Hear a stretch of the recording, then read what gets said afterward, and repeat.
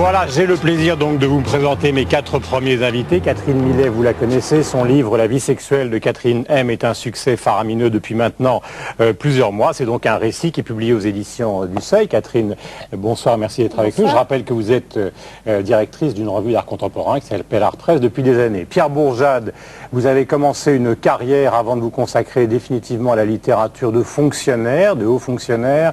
Vous avez travaillé au ministère de la Défense et puis donc vous avez publié une quarantaine de livres qui tous tournent autour à la fois de la sexualité mais également de l'histoire. Il y a des livres de nature très différente, on va en parler dans un instant. Le dernier est publié dans la série noire chez Gallimard et est intitulé donc En avant les singes, tout un programme. Et puis donc avec Marie L, nous avons aux éditions donc de la Musardine, Nolly, on dit Métangéré. Mitangéré ou Mitangéré. Voilà, c'est ne touche pas, tout simplement. Voilà, c'est votre quatrième livre. C'est le quatrième. C'est le quatrième livre.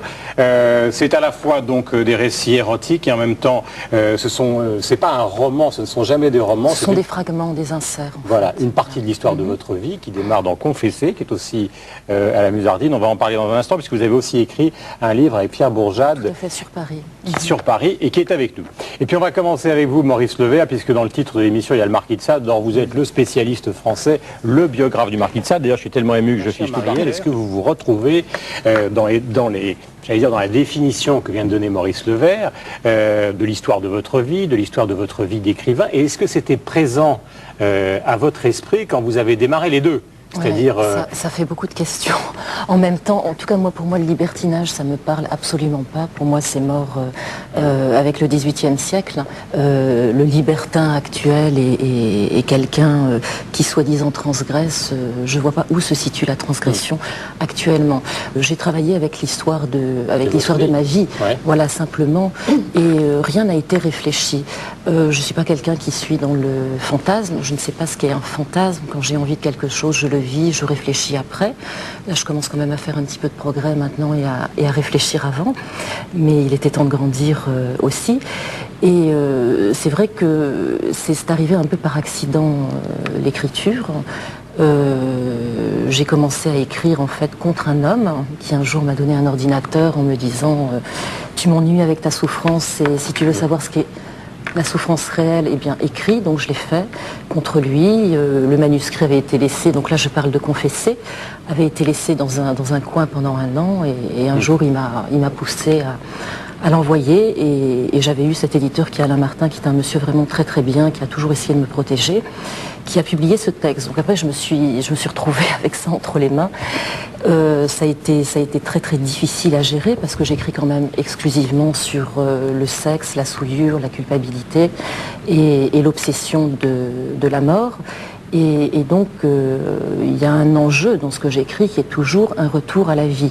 Si je reprends l'histoire de Confesser, donc vous êtes une jeune fille, hein, à l'époque, vous avez 19-20 ans, vous avez des amours qui sont tout à fait classiques avec quelqu'un qui est à l'arrière-plan, un petit peu comme au cinéma, et puis on vous voit, d'ailleurs vous vous racontez, déambulant, provoquant, refusant absolument tout, et tout d'un coup tomber avec un homme qui va changer le cours de votre vie.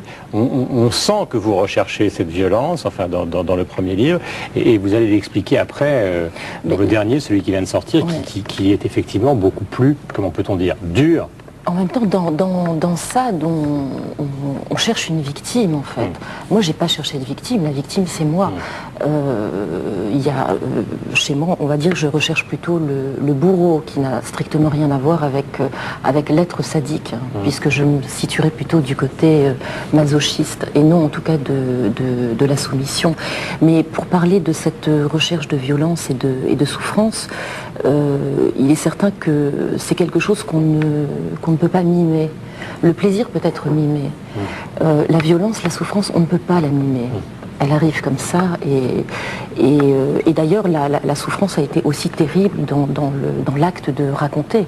Parce que chez moi, l'écriture est quand même se passe avec le corps et très souvent je suis au-dessus de la cuvette des toilettes parce que vraiment ça provoque des choses en moi quand je raconte. D'abord quand ça vous arrive à vous, quand ça arrive aussi à une autre jeune femme dont vous parlez, qui elle se fait prendre dans tous les sens, par tout le monde, avec une violence que quand vous la regardez, elle s'appelle Anna, si mes Oui, tout à fait. ça vous gêne. Enfin, je veux dire, vous la sentez presque dans la même...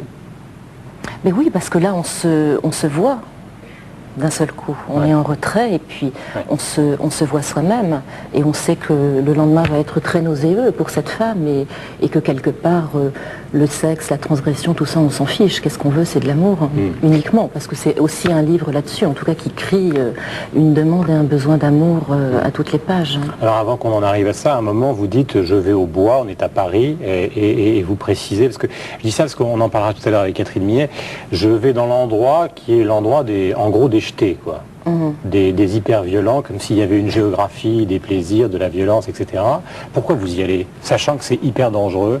Alors, sachant que c'est hyper dangereux, j'ai eu plusieurs, parce que, donc ça c'est dans Noli Me Tangere. Absolument. Alors, donc dans Noli Me Tangere, c'est un livre qui a été construit, il y a une vingtaine ou une trentaine de textes. Il y a des livres, il y a des textes qui ont été construits sur une chose réelle que j'ai vécue et d'autres qui ont été formés un petit peu comme une mosaïque d'émotions vécues et j'ai recréé des histoires. Donc l'histoire du bois en fait se passe en 3 parties. Donc je raconte effectivement assez jeune, on m'amène dans une voiture dans cette allée derrière l'ambassade du RSS qu'on appelait le coin des branleurs. Effectivement d'un seul coup la voiture est immobilisée et c'est la voiture qu'on viole quoi. Enfin, c'est un truc assez épouvantable, mais qui est intéressant puisque moi les premières fois m'intéressent. En fait, c'est la répétition qui ne m'intéresse pas. On ne trouve pas forcément d'hommes violents. Il y a d'un côté, il y a les branleurs, il y a aussi ce qu'on appelle les groupes de voyeurs qui sont plus que voyeurs parce qu'ils attendent aussi que... mais vous expliquez quand même qu'ils sont... Enfin, que quand la tension monte, ça peut être le danger absolu pour la femme qui sont là. J'ai vraiment senti la mort. Hein. J'ai vraiment senti la mort et vous savez, il y a une chose que je déteste plus que tout, c'est l'asservissement. Et c'est ce que j'ai senti réellement. On peut tout vivre quand on est dans une liberté de choisir. Mais moi je parle souvent de prostitution bourgeoise, de femmes qui sont amenées par leur mari parce que ça excite le monsieur et qu'elles n'ont pas envie de perdre le confort dans leur petit appartement bourgeois. Et ça m'écœure. Et ça j'en ai vu des gens comme ça, là ou dans des clubs aussi échangistes. Bon, Catherine, elle raconte une expérience qu'elle a vécue, qu'elle a cherchée. Mais j'ai rencontré aussi beaucoup de gens qui souffraient énormément. Il y avait énormément de femmes qui en souffraient de ça. Mais est-ce que je peux vous demander, puisque vous expliquez tout à l'heure que pour revenir à l'amour et pour revenir à une certaine distance que vous avez aujourd'hui par rapport à ça, vous racontez aussi des expériences qui ne sont pas simplement des expériences sexuelles, qui sont des expériences physiques sur le corps, le déni de soi, la scarification, enfin des choses qui sont tout à fait extrêmes. C'est vrai que depuis tout enfant, j'étais toujours en train de creuser mon corps, j'étais fascinée par la marque, fascinée par les croûtes, je les arrachais sans arrêt. Et je me brûlais, je jouais avec les bougies. Et bon, après j'ai eu ces expériences avec des hommes. Bon, il fallait essayer. Après je me suis rendu compte qu'en fait on pouvait vivre ça tout à fait seul et sans un homme voyeur. Hein, qui est là en train de regarder et ce qui était intéressant pour moi c'était de déplacer l'angoisse puis de voir le sang couler, c'était aussi de me dire je suis en vie. Moi ce que je trouve assez intéressant dans ce que raconte Marie, et je comprends très bien que tout de suite elle a marqué la différence par rapport au libertinage et au Marquis de Sade, c'est qu'on sent très bien que dans sa manière de raconter ce qu'elle a vécu et aussi ce qu'elle écrit, il y a une adhérence, elle adhère à ce qu'elle a vécu, elle parle de sa propre souffrance. Bon. Je crois aussi que les femmes ont beaucoup l'écriture du vécu et les hommes sont quand même beaucoup dans l'écriture du fantasme. Je ne sais pas, à part dans la littérature homo où les hommes se mettent quand même beaucoup en danger. Et moi, ce qui me navre un petit peu maintenant, c'est que si on n'a pas vécu, je ne sais pas, des relations sadomasochistes, si on n'a pas partousé et tout, on n'est presque pas normal. Hein. Il se passe ça actuellement aussi. Et la femme qui est dans sa petite ville de province, qui feuillette des journaux féminins et tout, mais elle doit se demander si elle est normale. C'est presque ce qui me gêne chez le pseudo-libertin d'aujourd'hui, c'est qu'il croit qu'il vit les fantasmes de tout le monde.